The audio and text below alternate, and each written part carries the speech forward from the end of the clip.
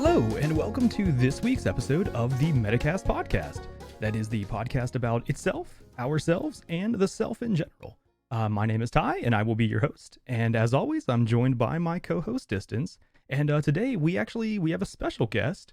Let me introduce everyone to my new friend Dan. How are you guys doing tonight? Outstanding. Good. Lovely. Every time you say that, I don't believe you. You always say it in like the words say lovely, but your face says miserable. Well, that's good because every time I say it, I don't mean it. Yeah, when he says something positive, it's generally a lie. Yeah. If I don't struggle getting it out, then it's a lie. So tonight, I'm excited for this conversation. This is like a different topic for us. I think it's a cool idea. It was Distance's idea, and as soon as he said it, I jumped on it. I loved it. So it's I mean, I guess galactic colonization, or really just the colonization of space itself, right? Like we don't. Yes, well, specifically our galaxy, because that's a big enough thing. So it's actually funny because when you asked me, that was a total like just the first thing that came into my head. So I just like said that, and you were like, "Awesome!" And I was like, "Oh crap, are we doing this?" See, I was kind of in the same boat too. Like you were so excited, I was like, "Okay, I guess we are." I mean, what? Like we try everything once, right? Like give it the shot. So yes, Brussels sprouts, great. Broccoli, great. Oh yeah. So yeah, the kelp, fantastic. There's lots of things that So Dan, I understand that your background is in chemical engineering, correct? Yeah, chemical engineering and mostly making paint and now making soap. So I'm well qualified to speak about this. I think we're all pretty much experts in this field. I mean, I work as I guess a database manager, which is a glorified term for Microsoft Excel, like cell manager, I guess. And Distance, you're in IT, right? So I guess the three of us together could basically colonize any solar system or galaxy. I think we've got this covered. Yeah, I mean, I'm the FN co-host, so that's my qualification. Oh yeah, what did we come up with? You had multiple titles. I forget what we came up with though, but I have no idea. You you said like three things at once. Let's see. What did you say? Co-host, technical production assistant, and all around badass. That sounds about right. Yeah, I think we nailed it with that. Yeah, I think so too. I mean, there might be some hubris there, but my ego likes that. It's good. I'm good with the title. Good. Okay, so I guess where do we even start with this? Well, yeah, I mean that's so. I mean, the whole idea then, I guess, from the beginning is if we don't expand past our planet at a certain point, our species is guaranteed to die. Yeah. So I mean, first it's past our planet, and then it's outside of our solar system. Mm-hmm.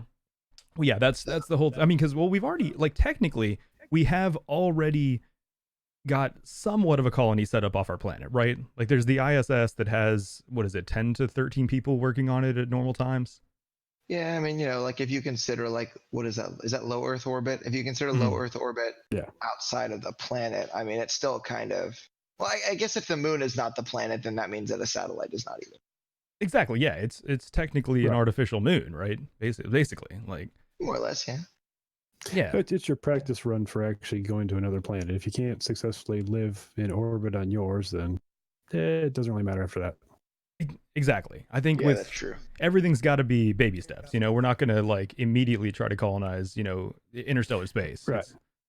Right. Yeah, think of the space station as like going to college 15 minutes away from mom. So, you can still come home, do the laundry. You can get food if you need it, but you're kind of on your own. Yeah, I feel like there's going to be a lot of the pull this shit up moments for this one. So like on the space station, from what I know, what's the longest someone's actually been there? Like you come back often, right? I don't think anyone's been off the planet for more than a year, I think is around the record if I remember correctly. Searching now, sir. Okay. Yeah, I think it sounds about right. Just because of what the low gravity does to your skeleton and your muscles. If you're out there too long, you're really not able to come back to Earth. Yes. Yeah. From what I've understood in my research for this episode, that's a big problem with long range or long time colonization is we really the effects that it has on, just like you said, the muscular system and the skeletal system is pretty damning. And dude, what did you? Oh God, what did you just learn? Take a wild freaking guess how long the longest stay in space has been for any human. Just guess. Oh, I was guessing around a year. 600 days. Oh, geez, man. Such faith. Apparently, I'm gonna butcher this last name here. Valery Polyakov spent nearly 438 consecutive days aboard Mir, the Mir space station. Oh, okay. And that was from 94 to 95. Oh wow, I can't. So I'm surprised it was that long ago. Yeah, I don't know how long the longest stay on the ISS was, but this is the longest one that I found. I can cross reference this too and make sure. Okay. Yeah, it would be the hold on. There's also a Scott Kelly. Let's see. That name sounds familiar. Yeah. Is he the one that had the identical twin? Because there was a recent NASA astronaut who has an identical twin. Yes. And they did like a DNA study and test. Like they actually found out the one that was in the space station for a year and he came back. They tested the DNA and they found out that his DNA was actually different from his identical twin when he came back. Yeah, I think that is the Kelly twins, if I remember the name correctly. Yeah. That is fascinating that we actually have a set of identical twins working both as astronauts for NASA. That's a brilliant opportunity for experiments like that to figure out what actual long-term stay in space does. Just give me a second, guys. I need to scrape this piece of my brain off the wall. Good Lord. Oh, okay. The Big Dog 79 in chat does have a good question. Do you honestly think we as humans are able to do this? We can't even take care of Mother Earth or our home. I mean, that is that's actually kind of like part of the reason why this may be necessary at a certain point, right? If we fuck up Earth too much, we may need to expand and fuck up another planet, basically. Yeah, and he he'll be very interested in the last bit that I'd like to bring up about this. Then, if that's the main objection, because I understand like the perspective that it's like, but that's the point, is that it doesn't make sense. Like if you look at just look up a line chart of the population since like I think it's 16 or 1700. And there's like there's an exponential curve and then there's a straight line up. Yeah. Yep. Like, so it's one of those, there's a lot of different layers to this. So if that's a path we want to go down, it's like, well, the miracles of medicine are what screwed that up. Kind of. Yeah. Yeah. Malaria is a very, very effective population control mechanism. Now, is it a nice way to die? Hell no, it's awful. Is it a diabolical illness? Yeah. It actually uses the membrane of red blood cells to disguise itself in the bloodstream. Really? Yeah, it's freaking bizarre. That's interesting. There's the thing is that like to one individual, saving someone's life is like a really big deal. But in the grand scheme, it's like it doesn't make sense for us to have a 700% population increase in just a few hundred years. Yeah. So if we keep growing at the rate that we are, if we don't start like licensing children and things like that, which that stuff's probably not going to happen ever. That's very like Brave New World dystopian sci-fi stuff to talk about. Well, maybe one day we can have a conversation about during our lifetime when pregnancies start getting licensed, what happens to an unlicensed pregnancy. There'll be a really fun ethical debate on that one. Mark my words. Well, just like what Dan was just saying, though, isn't it actually happening in certain countries? Licensing birth, yeah, I think isn't you to license births in China, right? Yeah, I think China has like a one-child limit, or there might be other countries now too. I don't know. Yeah, they're not really effective at enforcing it in the more rural parts of the country, but like the cities and stuff, yeah, it's like one. Yeah, that's the problem when they have like so many orphan girls, because everybody, if you can only have one kid, you want a boy, you don't want a girl. Girl's not going to carry on the family name, right? So it's Nope. Which I don't know. Now that I said that, I don't know how naming works in China. Is there a surname the same way there is here, or that's a totally different topic. But but I guess to address the concern of Big Dog in the chat, I would say it's we either decide that we need to control our population. I'm not saying like I'm not talking about genocide or anything like that. I mean, like, controlling the population is in like determining, how many children people are allowed to have and things like that. So we either do that or we go somewhere else. Mhm. But even then, it's like, fine, whatever. We go to another planet and destroy that. I don't know why I just put destroy in quotes. It's kind of an absolute term that I'm using, but it's the whole idea that what if we are the only thinking, feeling part of the universe ever? Mhm. Which that was somewhere that I wanted to get actually. So it is well, and also like the big dog asked, it's not inevitable that colonization has to be another planet. There's always the idea of just like actual generational ships that people will live on for long periods of time that are just Yeah, structures. But, we should build them. We'll call them battle stars, and the first one we shall name Galactica. it's a good idea. You should trademark that before anyone takes that real quick. Yeah, you're right. Oh crap, was that illegal? Did I just break a copyright law? No. Oh no. Okay. So I do think one of the most interesting things that we're kind of coming to it at this point in history is it's fascinating to me that it's become a private enterprise. There's now, SpaceX and Mars One are both wanting to colonize Mars. The fact that billionaires are, it's no longer just controlled by NASA. That to me is very interesting. Yeah, and it was only a matter of time, I think, because a lot of people like I'm not saying I necessarily share the perspective, but you'll hear people talk about like anyone that has a problem with government controlled health insurance is like, oh, the government screws everything else up. Imagine what they'll do to this. So I think it was only a matter of time before that happened. I mean, did I tell you about the flight I was on? It was from, I think I was going from like Houston to, I think it was because I was going to my sister's, and I think I was flying from Houston to Charlotte, North Carolina, maybe. Okay. But I was next to a drunk NASA employee. Like, this dude was tore up. Like, it was ridiculous how gone he was. And like one of his colleagues was like sitting next to him, and he was kind of a square and sort of like, bro, what are you doing? But like, I knew NASA's funding was getting cut 6 months before it happened because this guy told me.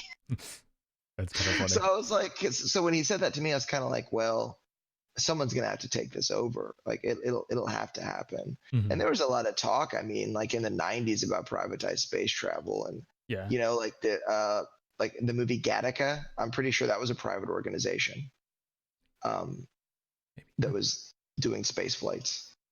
So there was already some like imagination and like writers' minds, I think. Oh yeah. But it is pretty nuts, I guess. I mean, I would think that we'll have more progress with privatized companies now.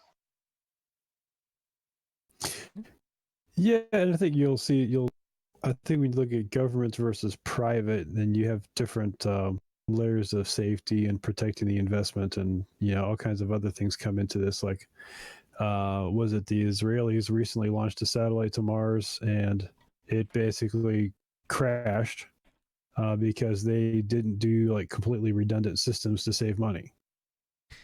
Yep. I do remember hearing about that. Yep. Oh yeah. Yeah, so there's when you start talking private versus government, because if you want to go back to like the 60s, when the big space race happened, I don't think you had the wealth outside of governments, and of course the technology was really new for a lot of this stuff too. Mm-hmm. So it would take a government just to fund it. Where we are now, I would say the private sector has more technology than the government does, and clearly more funding, I think, than the government does. Yep. So it's sort of a natural outgrowth, Mm-hmm. I mean, we're talking about, not to get off subject, but, they're privatizing corrections and other things now too. So it's it can be really interesting to see where that goes. Yeah, a board of directors can do some pretty vicious things to a chief executive officer. Yeah. And if you have to answer to investors, then those are people with a vested interest in your company that are private parties. So I guess it makes sense that with people having, because there's people in the U.S. that have like factors more money than like several governments, like national governments in the world. Yeah. So I guess it makes sense that would happen now too, with the money and such. Well, and plus, I mean, I think that just not to sound like some ultra capitalist or anything, but like competition with things like that is good. I would say that like when there's one place that has a monopoly on it, like NASA, everything is done one certain way. Whenever private companies can, explore different ideas, I think it opens up the door for new technology. I mean, even like I don't think NASA ever experimented with reusing booster rockets the way that SpaceX is now able to land a rocket and actually reuse the portion of it. Like that's something that I think is really interesting. Yeah, I think there's two of them now that can do that. There's a second one that can do that now. Oh, is it Bezos's company, Mars One or whatever? Yeah, Yeah. I think they've just haven't they don't advertise themselves quite the way SpaceX has. But yeah, there's two companies out there that have reusable rockets and fairly accurate landing abilities. So, I mean, NASA's the government, so you throw it up in the air, you drop it in the ocean, and hey, we'll make a new one. No big deal. Yep. When you start talking private, it's a different mindset when you're privately funding it versus government funding it. Oh yeah. But you're talking like as far as like what makes maybe go back to where we started a little bit. What makes us even go out there? If you look at the critical mass, we're gonna have critical mass here on the planet at some point. Whether it's a localized critical mass and you just go into undeveloped areas, or we look at the floating city, maybe not so much even the not necessarily in orbiting something that's in low microgravity, but something still in gravity. Even things like that, like the technology that sci-fi kind of assumed, when you look at the energy it takes to sustain these things, it's just that's where things kind of start to get crazy. Yes. Yeah, the energy part is a huge factor in all of it, really, no matter what it is, because we don't have enough energy without harnessing all of the energy from the sun to do that. And like are you familiar with Dyson spheres, Ty? Yeah, that would be like a type 2 civilization at that point, right? Yeah, or I don't know, I think that's 3 is no, 3 is where you can basically control matter because you have so much energy. Well, type 1 civilization is being able to harness the entire energy available on the species planet. Type 2 is harnessing the entire energy of that species' home star. And then type 3 is controlling basically the entire energy of anything available in that galaxy. And we're at like what, 0.3 or something? I think it's like 0.7. We're working on our way to type 1. I think most like futurists would say that we should get there within the next 200 years basically. But yeah, I think at this point we use like 0.1% of the energy that the planet has to offer, if that. And I think with the amount of time it would take to develop, test, and implement the systems necessary to get the amount of energy required to actually leave the solar system to attempt to at least explore places to try to find some candidate to terraform or to colonize, we'd have to start very, very, very early. So it wouldn't. The planning would have to begin, the development and the research would have to happen like way before we got to the point where we pretty much have to leave the planet or that's it. Oh yeah. So it's one of those things where it's like, if we're going to do it, let's start now. And I get that the whole Mars colonization thing is part of it. There's basically like 5 methods of travel that we could look at as being possibilities for us. There's traditional rocket fuel, which will not at all work for interstellar travel. The mass of fuel that you would need on board is just, it's not feasible. There's fusion, which could actually be feasible, but it's actually pretty wasteful though. You're turning about 1% of the rest mass into energy, and that's you're carrying a lot more mass than you need to. Harnessing antimatter, which is far in the future. We are nowhere close to doing that technologically. There's black hole drive, which is basically creating a proton-sized black hole that then emits a massive amount of Hawking radiation, and you're able to harness that, but that's still like far in the future. And then there is the most realistic, which is using a light sail, actually using a huge, almost kilometer wide sail that will use light to then be the main what am I trying to say? The acceleration. It's actually from light hitting the sail. Haven't we done that with a few probes? Yeah, so far, there's been experiments with unmanned light sail, yes, but Well, the problem is even with a light sail, how fast can you really go realistically? Well, I mean, the top speed isn't the limit because it's the like it's just slow acceleration. You could eventually accelerate up to like 0.1 speed, like 10% of the speed of light, which is really all you would need. Yeah. Well, I mean, if you look at the speed of light, if you look at the size of the universe, light's actually kind of slow. Yeah, but I mean, but again, we're only talking about inside the galaxy. We're not going to try to expand past the bounds of the Milky Way. Yeah. I mean, how many light years long is the Milky Way? That's still like many millions, I think, kind of a thing. It's in about 100,000 from side to side. 100,000? Okay. Yeah, or like 100, maybe 150,000. That's a lot. Hold on, I'm pulling that shit up. Okay, I'm getting 52,000 from one source. Let me find a couple others. But is that diameter or radius? That's the question I have. Oh, that is diameter. Oh, really? Okay. Then I was overshooting. I thought that was radius. Okay. Sure. Vast rotating disk of impossible. Yeah. So Okay. There's conflicting. So what I just said was a radius, yes. Oh, so okay. The diameter could be somewhere between 170,000 to 200,000 light years, give or take, depending upon like which part of the disk you're looking at. Mm-hmm. But it looks like that there was a common thought that it did span 100,000 light years, but additional research showed that it could be up to 150,000 light years. Okay. So yeah, but that's the thing is like, I mean, and we don't have to, we don't have to colonize the entire galaxy, right? Like just certain portions of it. But it's just there's like. Right.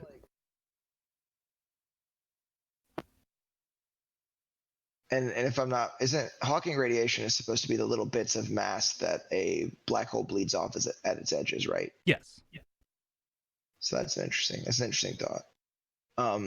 But it's like the interesting thing is that if you colonize it, the people that leave on the mission won't even be the ones colonizing the planets, most likely. Oh yeah. It'll be the children of their children, possibly of their children. And it's like one of those things where it's like, well, this is the family business. There's some guy that's pissed off that he has to work at a donut shop because it's a family business, but at least you don't have the pressure of colonizing a planet that you didn't even sign up for. Well, I think that's a good point. Like how easy realistically would it be to get people to sign up for something like that, knowing that your entire life and the life of your child and multiple generations is going to be spent on a spaceship just so eventually you can colonize somewhere. Like, what would either of you sign up for a mission like that at this point? I think that would be a great cure for the existential crisis, sort of. Yeah, no. Mm-hmm. I think, well, again, this depends, I guess, on what's your motive for leaving the solar system. Mm-hmm. If the point is like, we've, it's the apocalyptic that our planet is no longer livable, and we've mined everything useful out of all the other planets in the system, and the ones that are, inhabitable aren't there anymore, mm-hmm. and we just sort of have to send the whole population somewhere. Then it's kind of, then you're like the Battlestar Galactica. It's like, we got no home. Let's go somewhere else. Yeah. And hope we land on something, home-worthy once we get there. Yeah. But like Dustin said, like you have to bring. This is like the ultimate. This is like a camping trip where you got to bring everything with you. Yeah. Because you don't know. Once you arrive, what's even there? Do you have all of the elements? Just are the basic elements that you need going to be there? Let alone, molecular configuration. Are you going to have the compounds you need? Are you going to have the molecules you need? It's like, and it's really impossible without doing, some kind of unmanned survey out and back to even know if a planet is worth, putting people in. It's really kind of the ultimate one-way ticket. Oh yeah. Right now, unless you have some kind of crazy warp technology, like you're talking like Dune, where you're bending space and time, mm-hmm. and well, we'll be there in about half an hour. Until you have that crazy, futuristic, magic technology for transportation, it's such a, there's so much random chance that it's suicide. Yeah. Well, I mean, it is. I mean, like you said, it's definitely a one-way ticket. There's anyone going is not coming back. For one of two Yeah. reasons. Either if the speed that you're going is so far below light speed that it's going to take so many generations, or if you are using technology that gets to a decent percentage of light speed, then the time dilation is going to be so strong that the Earth is going to be aging way faster than anyone aboard the ship. So it's like, even if the ship, it takes them 12 years or so, all of a sudden it's been 1,500 years on Earth, and the Earth that you would go back to is not going to be the same Earth. So you've effectively left it behind no matter what. And the sort of maybe eerie part of it is that people back home would never know if you made it or not. Yeah. There would always be this. It's like, when you lose your pet, like, did someone else adopt my pet? Did it get hit by a car? Like, we'd have the same thoughts about an entire group of people leaving on an expedition. And you got to think that a lot of the mass of whatever vessel they took would be dedicated to like hydroponics or some kind of refeeding habitat for like tilapia or something like that. And there's just so much that can go wrong. Oh yeah. Yeah. Well, Like, it's like essentially it's just as vulnerable as Earth, though, right? I mean, really, when it comes down to it, we're all on a spaceship right now. It's a natural spaceship, but there's so much that can go wrong with this planet. We get hit by one massive space body, and the whole planet's dead, anyways. yeah, So it's it's like there could have just been a gamma ray burst emitted just now that's about to kill us. Yep. Yeah. So wouldn't that be effed up? So at least like with ships like that, you're at least splitting the chances in half, right? If Earth dies, at least half, that colony survives. If that colony gets hit by something, at least the Earth still survives or so. But we're kind of putting all our eggs in one basket at this point. Yeah. So here's the question though, like as far as practicing goes, do we start with the moon? Well, I mean, right now they can at least get supplies from back home. I mean, that's how the colonies like in foreign lands started, was that to begin with they might get some resources from back home until they were able to sort of establish and like get their supply chain, I guess you'd call it, established. I think it depends on who makes the first move, because I know the European Space Agency is looking at colonizing the moon, and then I know that both SpaceX and Mars One are looking at colonizing Mars.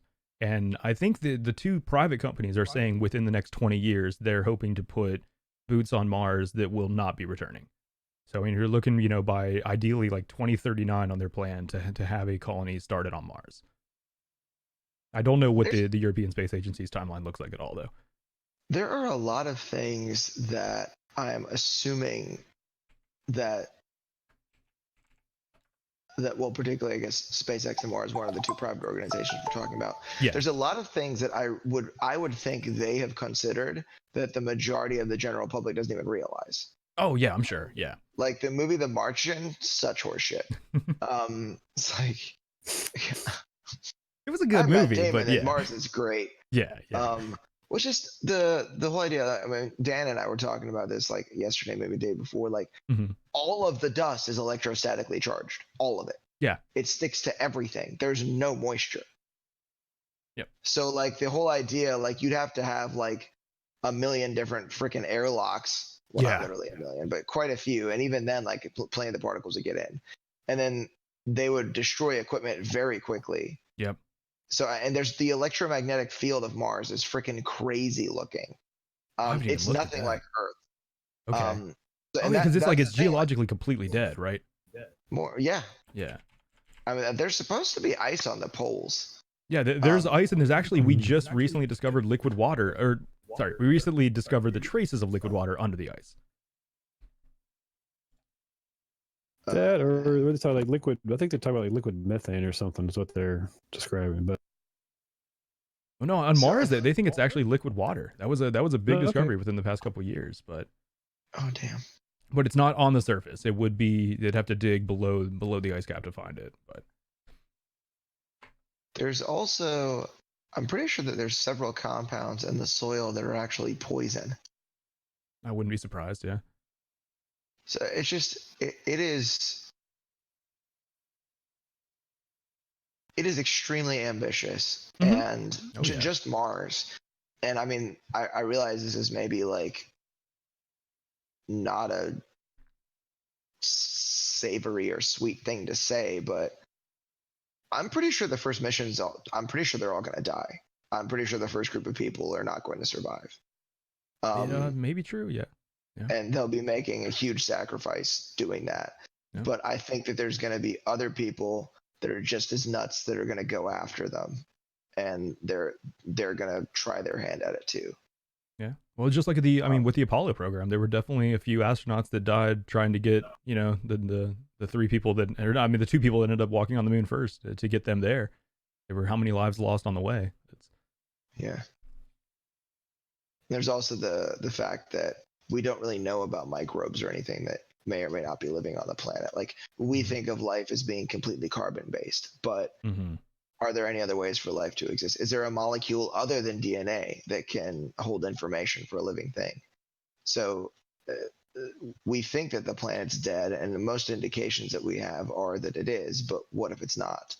And even then, like in the sci-fi horror films, you go to alien planet and there's some terrifying biological life form that eats your brain, but the environment's so bad that it doesn't even have to be that. And wasn't that actually like the oh shit, what was the remake that it was an old space story, it got remade with Tom Cruise. Was it War of the Worlds? Yeah, Didn't like I that didn't didn't their see that. invasion fail because of basically like an Earth virus? Like they didn't account for like what kind of microbial life could be here, and that's actually what wiped them out. I will I take think it that was out like of my the Amazon cold Prime list virus now. in the original version. Yeah, exactly. Yeah, it was something that's like kind of inconsequential to us, and it was like that actually like ruined their entire invasion. But Okay, so apparently there are several concentrations of compounds containing chlorine on the surface, okay, and that's pretty much you did. yeah, it looks like, I mean, like you brought up, like of course the first steps are going to be somewhere in our solar system. There's multiple like areas that are prime candidates, like Mars, like we brought up. There's Titan, the largest moon of Saturn. It's the only other body in the solar system that there's actually liquid on the surface. Unfortunately, it's liquid methane. It gets about Okay. 1% of the sunlight of Earth, and it averages about negative 180 degrees Celsius. So just like Mars, it would be, you're having to live in domes, basically. You would not be just, being able to live on the surface, of course. The other prime candidate a lot of people are looking at is Europa, the smallest moon of Jupiter. That's the one that the atmosphere is actually primarily oxygen. It's got that really smooth water ice crust, and most people believe that there's a liquid ocean underneath. Which I mean, that's the only other body in the solar system that we're looking at right now that most likely has liquid water. Yeah, and you get to like a planet like or like a large moon like that, much lower gravity is where like the whole floating city idea might too. So Mm-hmm. Yep. And then, of course, I mean, so moving outside the solar system, like to put, I want to put like distance in perspective too, not you, but Hey. spatial distance in perspective for people. So the closest star system to ours is the Alpha Centauri system. It's there's 3 stars in that system. It's right over 4 light years away, and like that doesn't sound far when you talk about it like in 4 light years, but if you think about like, okay, Voyager 1 is one of the fastest probes we've ever made. It's right now going 15 kilometers per second. That sounds like that's super fast, but even at that speed, it would take months to get to Mars. It would take years to get to Pluto, and it would take about 30,000 years to get to the Alpha Centauri system, which is the closest star to us other than the sun. So it's like a driving home, like we were talking about. The interstellar travel at the normal speeds that we know how to get to is not realistic. It would have to be some sort of constant acceleration that would get us to a high percentage of the speed of light. I mean, even up to 10%, considering that a high percentage. Let's step outside the box here and take this conversation in a whole completely different direction. Okay. Sounds like we're going to need to do some research on lengthening the lifespan of a human.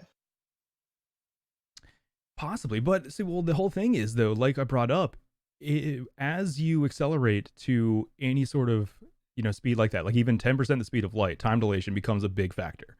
Even in that, in a journey of that long, the person going that fast is experiencing time much slower than someone stationary on Earth, or I guess it's not stationary. Everything's relative, right? But once you're going that fast, time for you, your internal clock slows quite a bit. Yeah, see, that's one of the theories that we're actually going to get fast enough to really try out. Yeah, I think they've done some really, really small. Of course, it's hard to go fast enough to really measure that. I think they have done some things that show that on a small scale, but it'll be interesting to see how how some of these theories really work out. Exactly. Yeah. At the high speed, is like, does that really happen the way we think it's going to happen? Yeah. Or is it parabolic too? That it's going to either level off or is it going to shoot up? You never know. Mm-hmm. Yeah, because it's based on our understanding of general relativity, thanks to Einstein. But like you're saying, it's theoretical. We haven't actually put it into practice. Yeah. Yeah, it's one of those things. At best, we're measuring two dots, an inch apart, and we're trying to figure out if we draw a line between them, where's that line going a mile? Exactly. Yep. Oh, you're making my brain organs hurt. So okay, for the sake of argument, or for the sake of the conversation, let's make the assumption that the whole idea of time dilation is 100% true the way that we understand it. So okay. I'm trying to wrap my head around this because so let's just throw out some round and somewhat arbitrary numbers. Let's say that time passes at whatever speed it is that a group of people end up traveling. We'll say it's 100% faster. So 100 times faster. Then what? I'm sorry. Than regular time. Oh, okay. Or no, 100 times. No, the regular time's 100 times faster.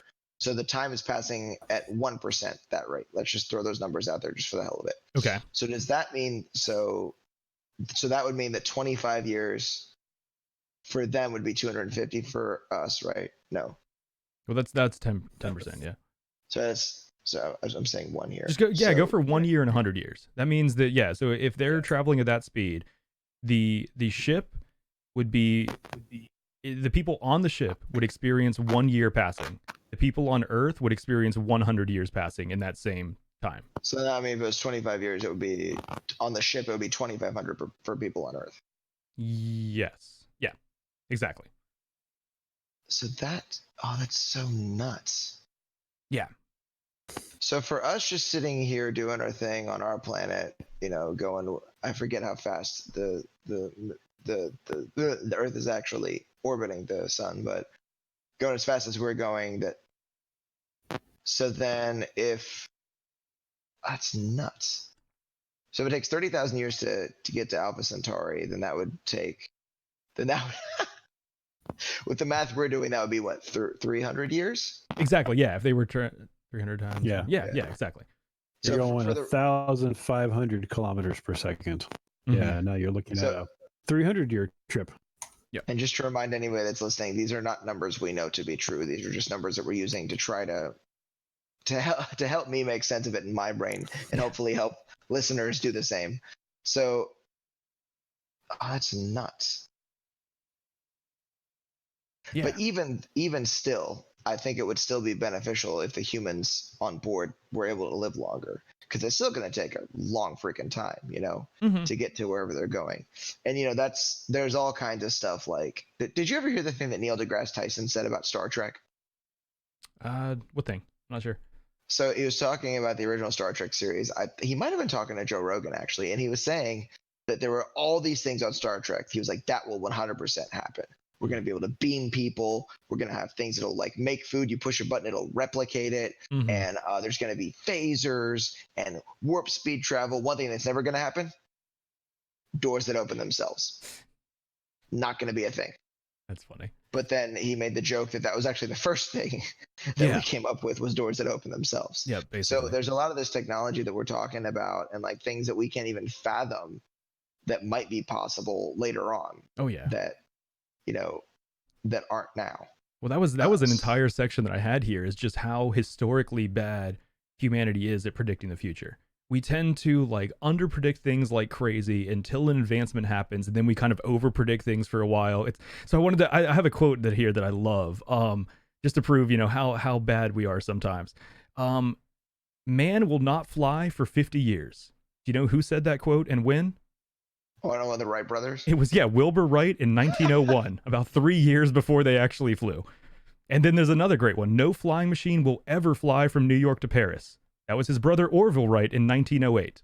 So it even shows like the two people most closely associated with understanding aeronautics at that time had absolutely no idea where it was going and how possible it was. Yeah, and I think that I don't remember what Godzilla movie it was, but there was a Godzilla movie where there was in 1984, or maybe it was 1986, there was a moon base. Mm-hmm. And that was like in the 60s, and the 60s was around the time that the whole space thing happened. So it would, I guess, it would make sense that they're going to overestimate, right? Well, yeah, exactly. That was a trend we saw. Is like we tended to underpredict a lot, and then right around 57, when Sputnik launched, all of a sudden everyone was like, "Oh yeah, in 20 years we'll have a colony on Mars," and like, yeah. And then like we were even more ignorant about Mars than we are now, because like despite how much we do know about the planet, it's going to be a hell of a lot different the second someone's foot steps on that shit. Mm-hmm. Then all of a sudden the poisonous chlorine dust sticks to their spacesuit. Man, it's just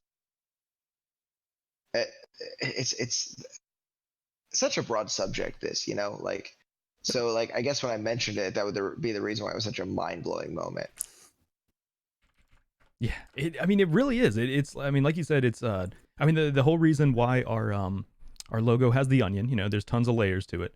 Everything we talk about here, there tends to be a lot of layers.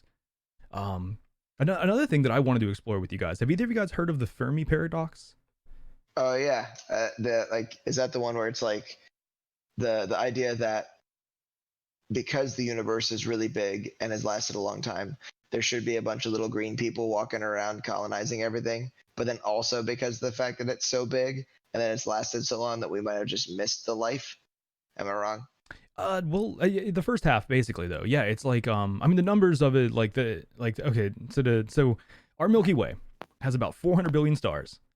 About 20 billion of those seem to be sun-like, and about 4 billion are estimated to have an Earth-like planet in their habitable zone.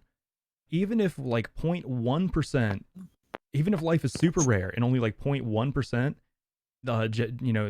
spontaneously generated life or however life came around, that would give us 1 million planets with life in our galaxy alone. And the speed at which you can start to colonize once you reach, that level of technology, we should be seeing life everywhere. However, we are seeing absolutely no traces of it. So it leads us to ask, are we the only species that has a civilization? Are we one of the first that developed this far? It's what do you guys think? Do you think that we may actually be alone, or do you think that we may be one of the first, or what do you think could be the reason for that? I'd like to hear Dan's opinion on that. Okay. Well, I guess that maybe depending on your idea of where things started, can really, point the conversation to. When you look at I guess one idea is looking at simply the distances involved. When we say like these stars are thousands of light years away, millions of light years, whatever, then clearly the civilization, if it wasn't traveling faster than light, could have happened and been gone. Or if they're concurrent with us, then we won't know about them until thousands of years from now, in which case we may no longer be here to actually, get their transmissions. So, you just have to look at where our, if you look at the astronomical timescale, are we year 0? Are we year 1000? Are we year 20 million? It's, if you look at that timescale where it's like things just sort of are, the whole evolving from nothing. If you want to take the other twist on it, like say if go from a basis where the paradigm is that the Earth, the universe, everything was created at a certain point, then the point of view could be simply that, well, the Earth was created and the other things We don't know the specific reason or the things are there or how far or how long, but True, yeah. we were created and we're here and this is our purpose and place, and everything else doesn't really matter. You know, because if you look at it from a straight, from the straight, the Christian paradigm or a lot of other ones, why would there necessarily be aliens that were created by the same creator?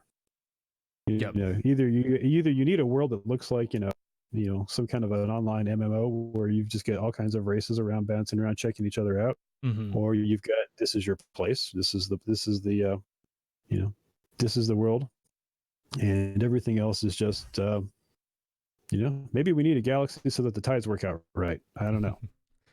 Well, yeah, I guess like unless what we experience as space and the distances around us are all an illusion, it would be a massive waste of space for someone to create a universe this large for just one species that wouldn't even be able to possibly reach parts of it. Because I mean, like, so we're talking about galactic colonization and how it could be possible theoretically to colonize the entire galaxy.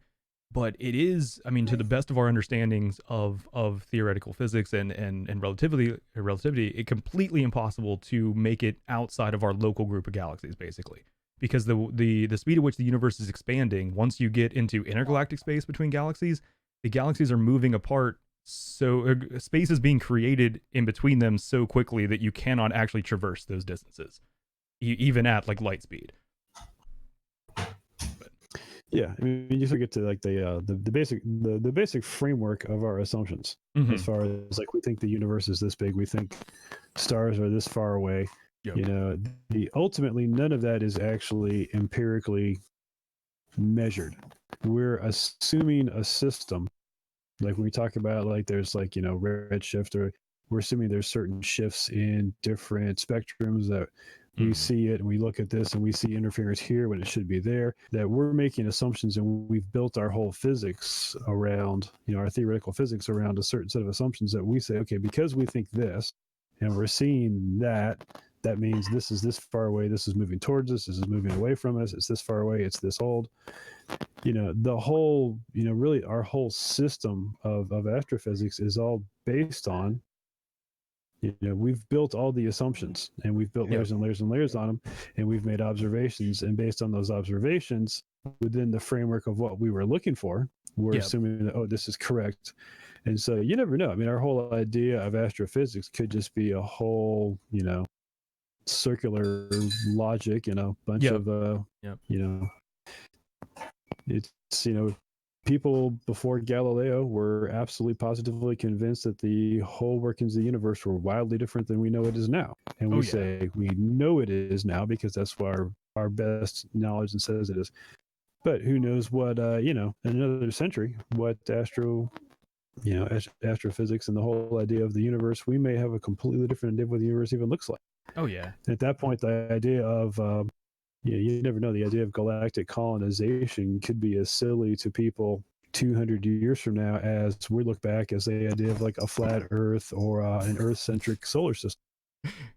Unfortunately, the idea of a flat Earth is serious to a lot of people still for some reason. But yeah, it's I know there's some good Facebook time there. Yeah, it's fun to listen to the arguments for it being true. But yeah, I mean, it's you're right, Dan. I mean, there's a lot of axioms in science. There's a lot of stuff that we just regard as being established, and there were a lot of sort of assumptions we made before, which were a bit anthropocentric, like we are in the middle, and the sun kind of looks like it's going around the Earth. Yep. So maybe it is and it doesn't look like we're moving. And what about those other planets? Who cares? Well, I mean, we have to operate under the best evidence that we have at the time, right? Like we could we can admit that, of course, maybe it's all wrong, but we have experimental evidence, and it's like, okay, well, we can use that to try to make predictions and try to go from there. Yeah, like best guess kind of stuff, and it's entirely possible. I mean, maybe not probable, but it's entirely possible that if we were to get outside of our galaxy, we might run into a galaxy that has a completely separate set of physical laws. Like the thing that we call physics might be completely different. They're like, did you see the Cloverfield paradox, perchance? Yeah, the one that took place on like a spaceship. Yeah, and it's like supposed to be the thing that causes the Cloverfield movie that came many, many, many years before. Yeah, retconned it right in. Yeah, Yeah, like the guy, like they end up creating an alternate reality where, like, the one guy's like arm gets engulfed by the ship, Yes. Yeah. Yep. and then like doesn't his hand like get cut off and come to life or some crazy shit. Some dude's like eyeball points the wrong direction and like rips off of his body or some shit. Because it's and obviously that's like science fiction kind of lunacy. It's there because it's entertaining, right? Yeah. But I mean, there is a and maybe this gets into like sort of like too far into the whole, like, because I don't know, we're going down a different path, which is actually kind of fun. So it's like, Oh yeah. so it's like now we're at the point where it's like we're making a lot of assumptions about our ideas of how we would do this, but those assumptions are based on other assumptions that we've already made. Yes. Exactly. Well, exactly. Yeah. So I mean, who knows? It's entirely possible that based on the fact that we might understand things with assumptions that could be incorrect, it's possible that it might be easier to do this than we think, Well, and we may be unaware of it. well, exactly. Yeah. Yeah, I mean, we feel really good out to about. I mean, that stuff is things that we've almost put. We've put spaceships around. We've taken pictures of. We've looked at from different angles so we can see. Oh yeah, this is really there. We said there should be a planet orbiting this far away and moving a distance, and we tossed a satellite out there, and hey, we got pictures of it. So as far as that far goes, great. But then when you start talking comets and asteroids and everything beyond that, as soon as you get outside of the solar system, now we're kind of wild guessing. Yep. But yeah, they might be a lot closer than we think they are. They might be a lot smaller than we think they are. I don't know who it was I heard talking, but it was a well-known like scientist with like a public personality, one of the pop culture scientists like Cox or deGrasse Tyson or whatever. Okay. Yeah. And he was saying something about like how this sounds like a deGrasse Tyson thing to say, but it was like, yeah, the thing that we say that's at the middle of a black hole singularity, it's astrophysics talk for we don't know what the fuck is there. Basically, yeah. So it's like we don't actually know exactly what it is. It's just this idea that we have of a spot of like where matter is so compressed that it has infinite gravity. Well, yeah, if you follow the equations, it leads to a point where physics and time, space, time, and all of our equations break down. And we call that the singularity. There's no telling, we can't point to it being an actual, like, physical entity that we know exists. It's just, it's theory. But, yeah. But sorry, there's a strange looking insect on my wall in case you're wondering why I'm like doing weird stuff. I was wondering, yeah, because I know there's not a window there, so I knew you weren't looking out something. But yeah, okay, I was wondering what you were looking at. Okay, that's enough of that.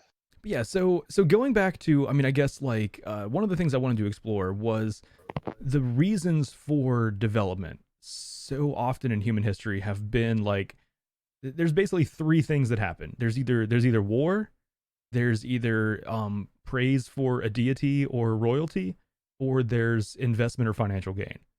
It's I don't feel like, I'd like to believe that deep down in our soul we're a species that just wants to explore, and we're going to do this out of like, just intrigue to expand. But I don't think that's going to happen. It's going to come down to one of those three reasons, I think. Yeah, the whole Gene Roddenberry Star Trek "we work to better ourselves" thing. It's a little. Yeah. I don't want to call it naive, but maybe unrealistic. Yeah. Go ahead. Call it naive. Yeah, okay, it's naive. Screw it. I think that's fair. Yeah. That's just plain silly. It's a big middle finger to Gene Roddenberry. Sorry, dude, your book sucks. All of them. But yeah, I mean, it's like even the whole Apollo program going to the moon. Like we think back of the super motivational and tiered the emotional speech from Kennedy, even of like choosing to go to the moon in this decade and do things because they're hard. It's kind of bullshit though. We did it because we wanted to race the Russians there. There was a war motivating it. It wasn't just our desire to explore at all. Yeah, Russia, by the way, if you're listening, we're going to need you guys to start exploring the colonization of the Milky Way galaxy as soon as possible. Thanks. We're still looking for those emails, by the way. 30,000 emails that Russia hasn't turned yet. Oh gosh. Oh, he went there. Oh well. Just completely derailed my train of thought. Oh, I'm sorry, man. My bad. Sorry. My bad. The whole Russian email thing. Yeah, that's another episode. That's for another time. Got it. Well, no, because I think, like the 60s, you had the space race, and it really was at that point. It was a competition.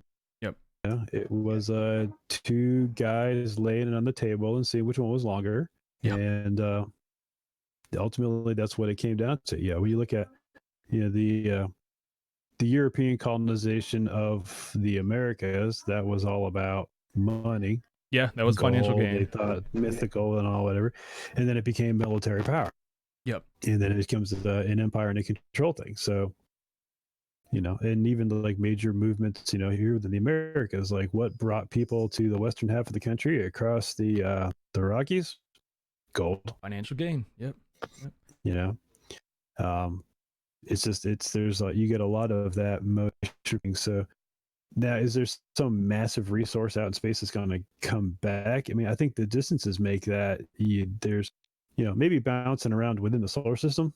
If we start to see that, hey, there is a resource that we need on moons of Saturn or Jupiter, somehow we can figure out how to mine the atmosphere. If we get to that point in our civilization that we're mining other planets, that would probably be the next motivator at a government level. Yeah. Of why we're going to places, or the super corporation level that we like to use for our sci-fi stuff now. Yep. The evil corporation that's gone to taking the unobtainium away from the what was that race? The Nari? Whatever. Yeah. It's you get to something. I think you're right though. The motivation to actually do it ends up being you're either because we're not obviously there's no real religious motivation right now. No one's really trying to evangelize the little green men. Mm-hmm. We're not really worried about the eternal condition of their souls. I think the Pope did say that if we met alien life, he would want to baptize them. I swear that was a quote, but I'm not 100% sure on that. What if water's poison for them? Just a thought. I mean, from the Christian point of view, if you actually do find life, it pretty much breaks everything, because well, it would be who redeems? Yeah, who redeems them? And then you get to the whole idea. It's like, do they have a green Adam and a green Eve somewhere that sinned? The theologians are gonna have a blast. Yeah, that would be a big game changer for a lot of people. And it would break a lot of paradigms. Oh yeah, but I think right now the the whole race to the moon or the race to Mars, I think it's bragging rights and competition. That's sort of what's driving it currently. Yeah. Once we get there and we're just doing it to do it. There's a lot of things you do. It's like they climbed on top of Mount Everest. It's like, hey, cool. What do we do now? So we walk back down. So I guess at this point, are we all kind of agreeing that humanity is doomed to be that nearsighted and status obsessed? I would say probably, yeah. So I guess that is, at this point, since we're sort of agreeing on that, because I think I agree with you guys. So right now, I guess we're just discussing how do we motivate humans based on those things to do this? Well, and like we already established, it can't be the motivation cannot be the extinction level event. That's going to happen way too quickly for the timeline of these types of things. We have to be doing this far before, I mean, like what happened recently, there was I think there was an asteroid that was going to come extremely close to Earth. And I think we ended up getting like a 4-day warning, basically. Like we had no idea it was going to intersect our path until it was about 4 days out. Yeah, I feel like for me personally, I would just be like, well, 4-day bender. Let's do this. I'm not going to be sober when the Earth ends. Yeah, I mean, the something hitting the Earth extinction event. I don't think that we're going to be able to grab a bunch of deep sea miners or whatever. We're going to get a bunch of leathernecks and say, hey guys, roughnecks. Sorry, I live next to the Marine.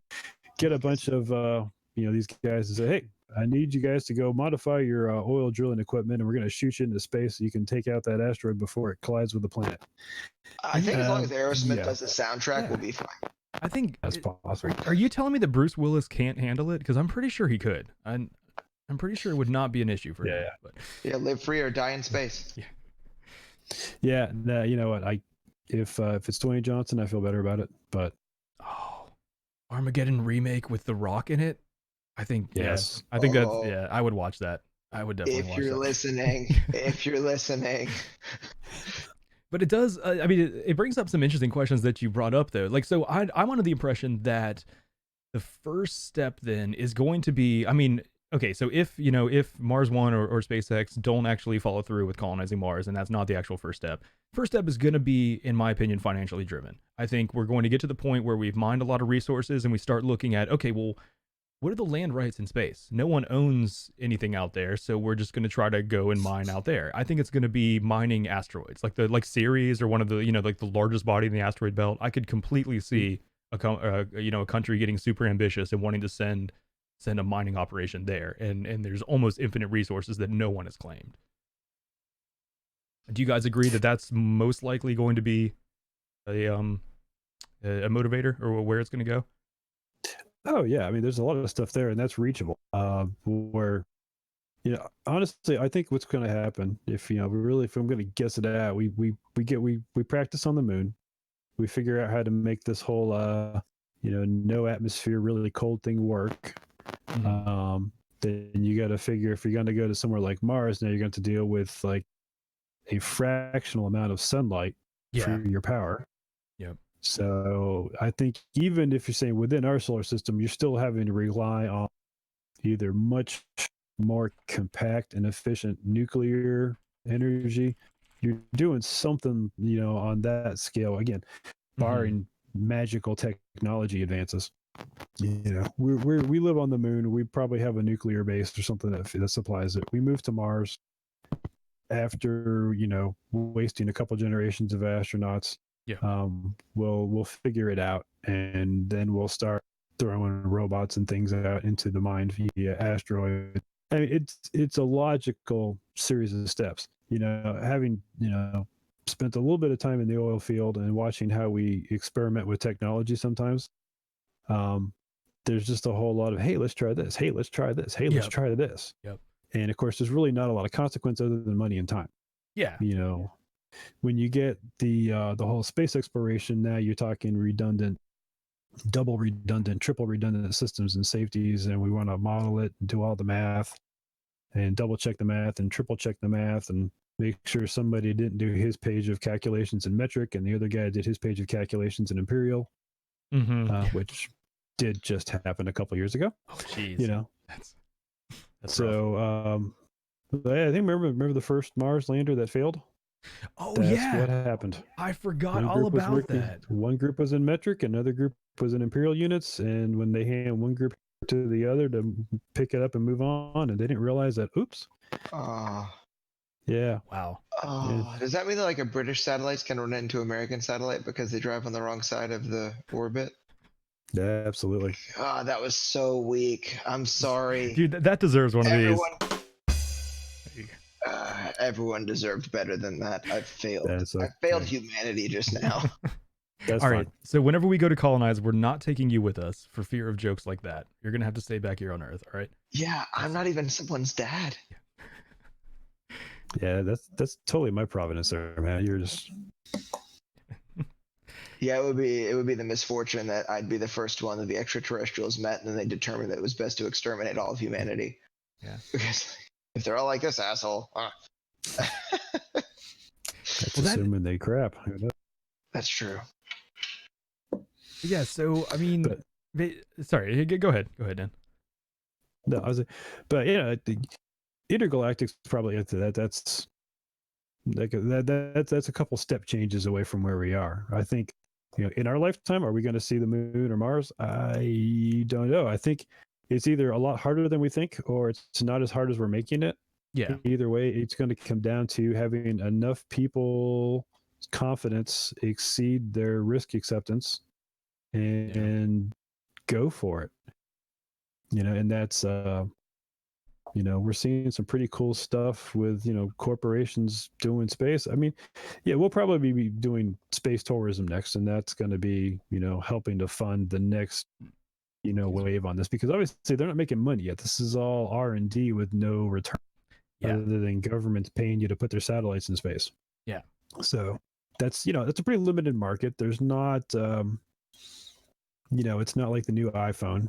No one's not going to, oh, we've got a new model of satellite. Apple's got the new satellite 5, so we're going to go replace all of our satellites. We're not there yet. Yep. So you get the space tourism thing to fund it, just so rich people can say, I've been to space and I floated for a day or two or whatever it is they do. The space station, I mean, who knows, we might even have a space station hotel with 30 people on it, a couple people that live there and a few people that go up and visit for like a month and come home. Yeah. I mean, I can, I think that's probably our, sadly, the intergalactic Hilton is probably the next step in space exploration for humanity. I could see that. Yeah. Which it all comes down to the financial gain again. Yeah. Yeah. Because, there's really not a lot of money, and we've got a lot of stuff here. Now, if we, again, we, maybe we find an asteroid that has a crap ton of lithium and say, hey, that's going to make batteries a lot cheaper than, mining it in South America like we do now. Okay. But until there's a resource that drives us out there, I think it's going to be, I think exploration right now is financial.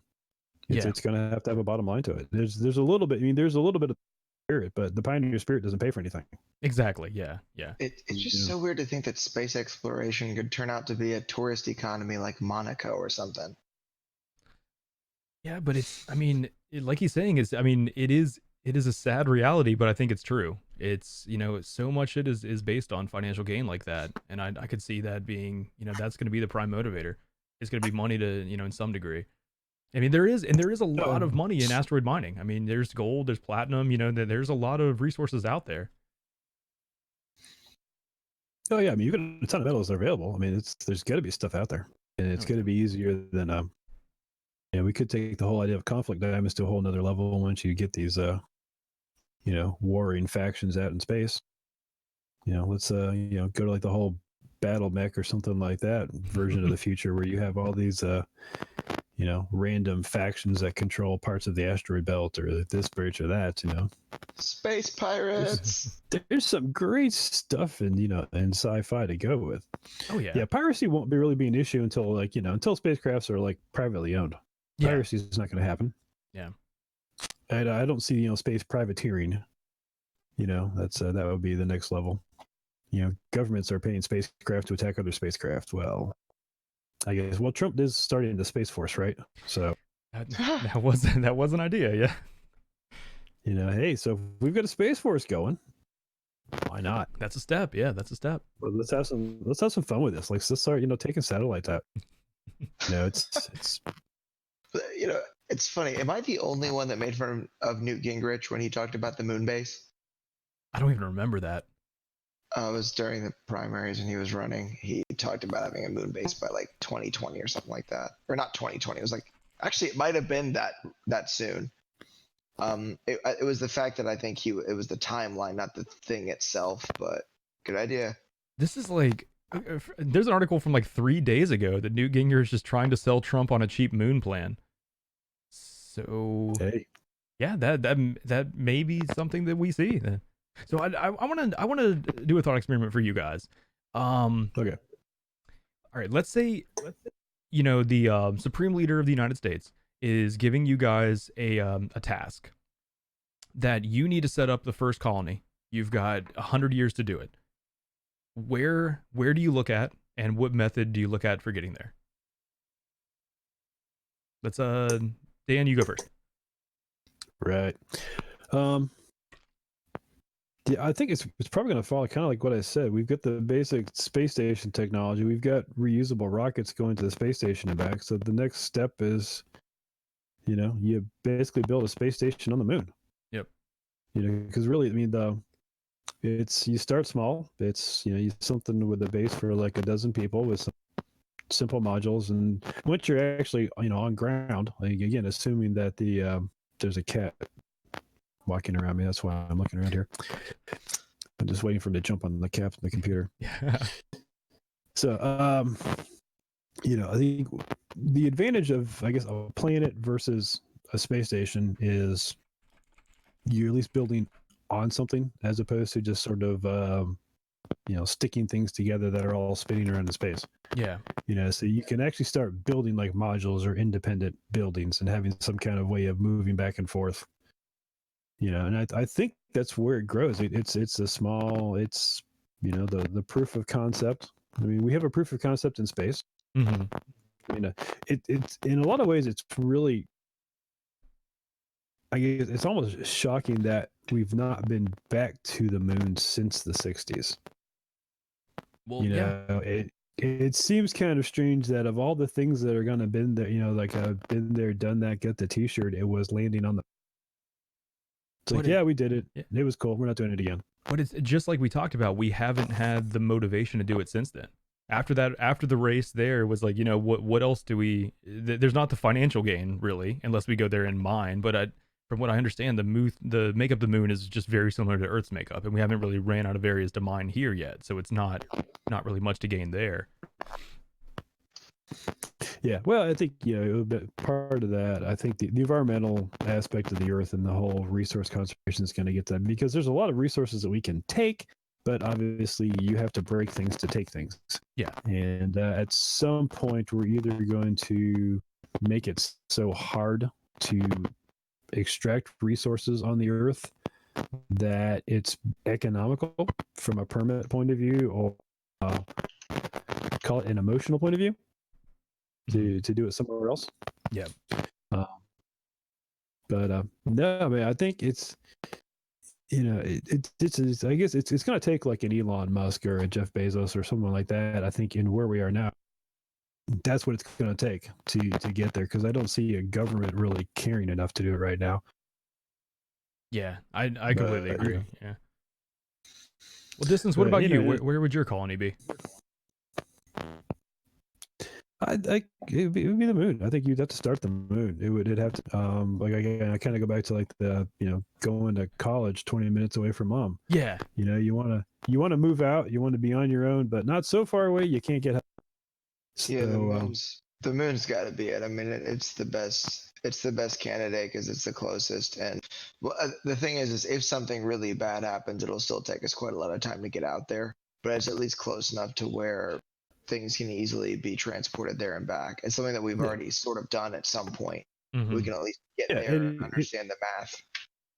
And it's not like another planet where we're not orbiting the sun at the same rate. So we're close to Mars, and then there's going to be a time when we're really far away from, like, it's on the other side of the sun. So I think the moon is where you have to start. It also takes less energy to leave the moon than it does to leave the Earth. True. Yeah. Oh, yeah. Yep. See, I would actually start with I wouldn't go to another actual natural body. I would start with just a very large space station. And that way I would do something rotating so you could have actual like artificial gravity. So the 0G wouldn't be an issue.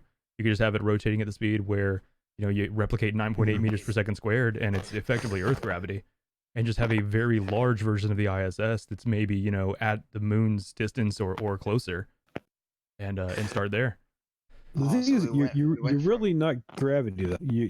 What you're gonna do is you can create that's gonna mimic gravity as far as like, as long as you're touching the shell. Yeah.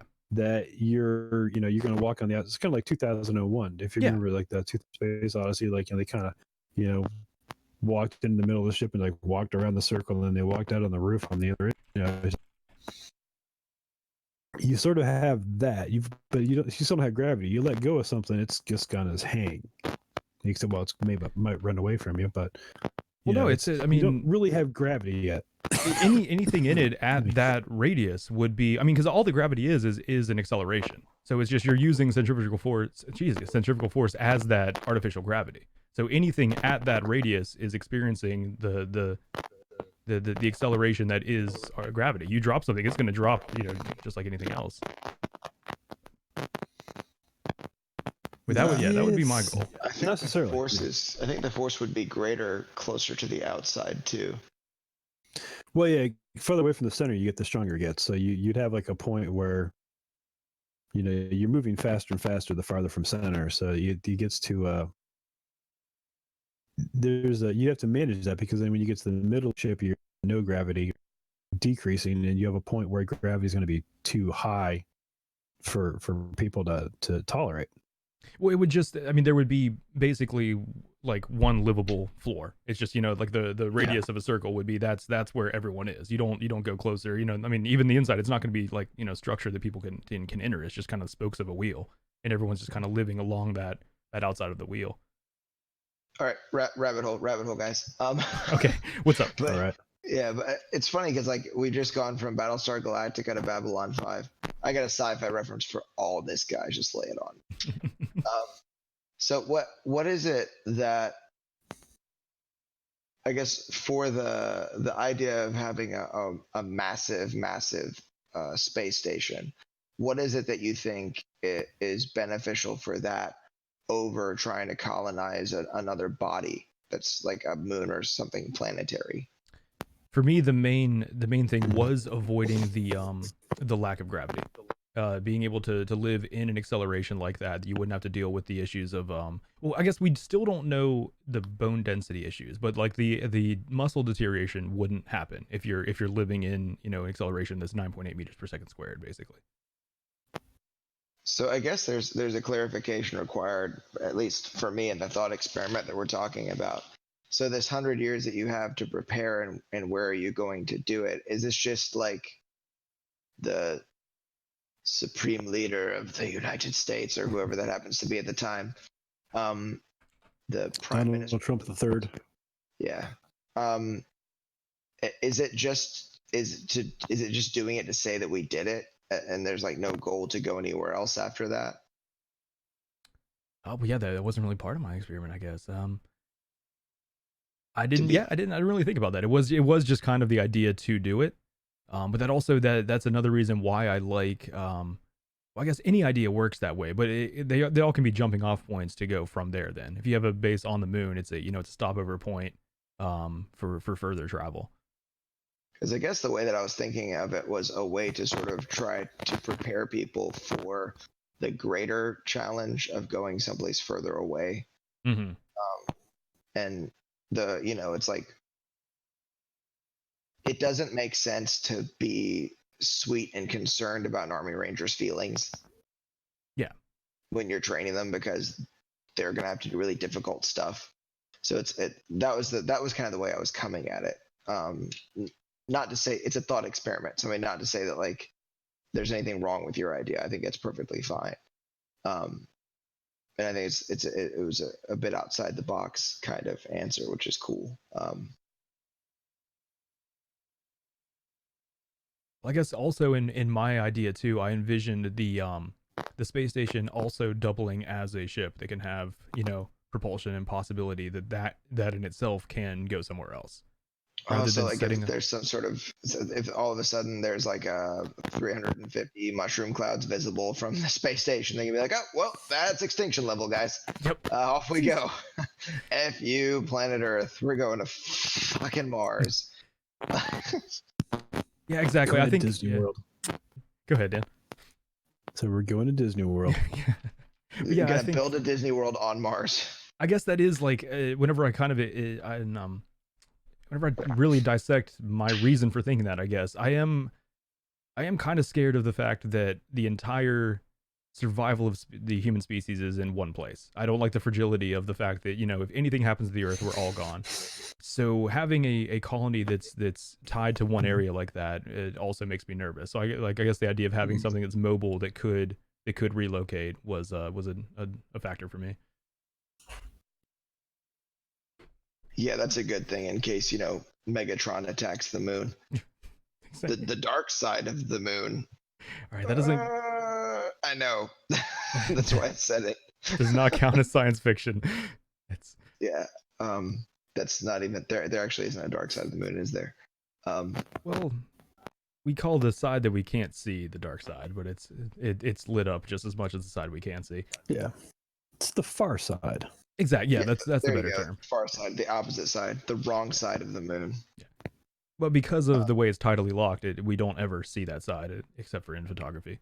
So I think that the other question that we kind of maybe haven't necessarily asked, and that's kind of the thing that I was getting at when we had someone in chat, Big Dog, mentioned the whole idea of like, well, how the hell are we going to go to space if we can't even take care of this planet and all that? That the other question is that we're talking about all these things making one assumption, but I would ask the question about that assumption is that even if we could do this and we knew exactly how, should we? Yeah, I think it was Gospwise that brought up a point earlier too, that it's like humans are like mites. We destroy anything we touch. Like if we just spread to another planet, are we just spreading the virus that is humanity? Yeah, and that's like I kind of that view is like really misanthropic. And It is. Yeah. And the thing is actually even me asking the question sort of opens the floodgates for that. And to me, I don't think there's any value in convincing yourself that your race or the way that you exist is somehow some sort of disease. Okay, have you seen the Netflix series Love, Death, and Robots? I've not. No. Oh well, I'm gonna ruin the second episode. Sorry. That's fine. Yeah. And well, it's no big deal because I'm gonna take World of the Worlds off of my Amazon Prime list now. Thanks. Tit for tat, sir. So there's a part where it's these robots taking a tour of a post-apocalyptic Earth. Okay. As if it's some kind of like tourist attraction. They talk about the brochure. So there's like a little comic relief robot. There's another robot that's like tall and scary looking, and there's one that looks like a pyramid with wheels that sounds like Siri. Okay. And there's a part at the end where they encounter a cat, and apparently there's some cat that's alive, and then they make some joke about the cat being activated when it starts purring, and if you stop petting it, it'll explode. They're robots. They don't understand. They've never been to Earth.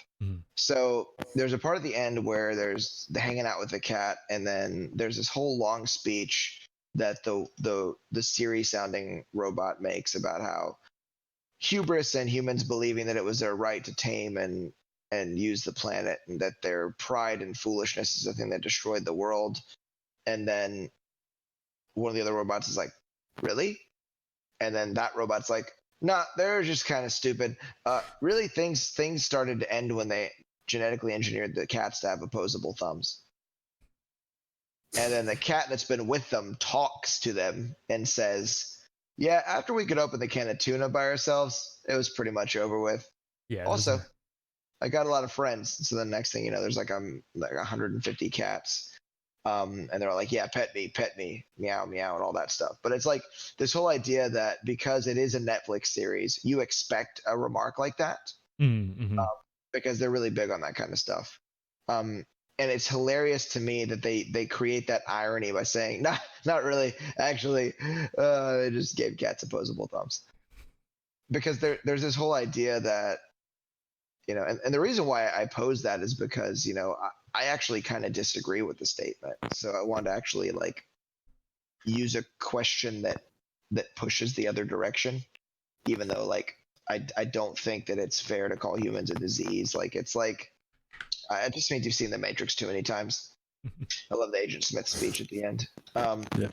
But I mean, like, do you think that to be true, Ty? Like that, we're just going to be spreading this disease called humanity across the entire galaxy? Well, I mean, I agree with you in the fact that I don't think it's a good way to word it that way, but I do think, God, like I hate how everyone has worded something better than me before. I feel like I'm always just like regurgitating someone else's content or what someone else has said. But did you ever see the beginning of one of Joe Rogan's stand-up where he talks about flying into LA and what it looks like out of the plane? No. He talks about how like you look out and you see, this like the beautiful mountains and the beautiful desert and how the earth looks, and then you cross over the horizon and you see LA. It's just this big stinking smoking mass that is constantly expanding. And there is like something to be said about humanity doesn't really respect trying to live in balance with nature at all. We kind of just take everything as, like it's our domain basically. I don't know if it came from like religious beliefs or what, but we kind of think that everything is here for us as a commodity rather than something that we need to respect and live alongside. And I feel like we've done a lot of that with the earth and the natural resources on the earth. So I could see it as a possibility that we do that anywhere we go. I do think that we are starting to change our thoughts about that somewhat. We're starting to realize that, like, we do need to slow down with natural resource consumption, and we're living completely out of balance with things. But yeah, I don't know. I mean, the normative question though, like, should we? I think yes, we should. I don't think it's, I don't think that that's a reason not to, but I do think we do need to look at how we live alongside of other things and possibly restructure that. What about you, Dan? What are your opinions on this? Yeah, I think the basic problem is I think that people are naturally lazy, and the sort of the default is you kind of you do what's easy and convenient, and it isn't until the mess you've made is causing you more pain than cleaning it up that we actually do something about it. Yeah. I think that just historically you sort of see that over and over and over again. Like even like the medieval cities are developed, and then they didn't really develop sanitation until they're like, yeah, you know what, we're just really killing ourselves here. Yeah. So we need to figure out how to get water out and water it and waste out. We need to figure this stuff out. And then you get to the next level, the Industrial Revolution is like, hey, coal burns. We can make fires. Fires make steam. Steam drives the economy. And then all of a sudden it's like everything's black and covered in soot. Yep. Okay, we got to fix this problem. Back in the 70s, it was, acid rain, and we looked at nitrogen and sulfur compounds we're emitting. So now we've changed our combustion methods so that we clean up and don't emit all of that stuff. Mm-hmm. Now we're worried about greenhouse gases. There's always a new mess to make, to clean up, and I think we're always going to make messes. And even if you look at any group of, I guess the one exception I make is a lot of the Aboriginal native groups that are still more or less intact tend to not trash their surroundings, but the level of technology at which they're living is generally wildly different than the level of technology at which we're living. Yeah. And there's something to be said if you're really, really low tech and you depend on your environment is what's immediately around you is what you survive. Mm-hmm. You have to take care of it. Where we are with our level of technology and our our separation from growing food, raising animals, getting any of the resources that we use, we don't make our own energy. I don't develop my own food. I don't make my own clothes. I can be kind of sloppy because it doesn't matter. Yep. And you get a whole bunch of people together. That's kind of how they live. So yeah, I mean, people are going to make a mess. And I think even when you look at, when you talk like this, like going into space and finding a new colony, you're going to start with crews that are specifically chosen and put together for a purpose, and they're going to have kind of a mission. They're going to have very specific parameters in which they have to live until you get to the point where you've moved beyond the whole idea of like, this is a crew occupying a station, this is people living here. Now you start to get into we're going to start making a new mess. Yeah. I think it's a natural cycle. It's just not that humans are, I would say, out of balance. I would just say that our pain threshold's a lot higher than other natural creatures. Yeah, I think that's true. Yeah, because you can certainly see, like, you can look a lot of, you get species, like you get some of these, like these fish that get out of fish tanks. People release them to the environment, and now there's fish in ponds where they shouldn't be. They're just trashing everything. Or you have algae, something, or a bug that gets to the wrong place. All of a sudden, it just trashes the environment. So it's not necessarily, it's not a thing unique to humans. It's just something that's unique to things not being in their intended place. Okay. So colonization is sort of the ultimate. You're not in place.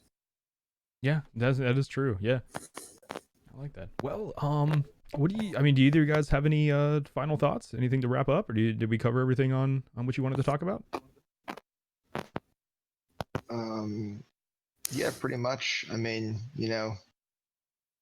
I think that this is just something that we'll have to continue to consider as a race, as a planet, that eventually this will be necessary, and it'll be a long time from now.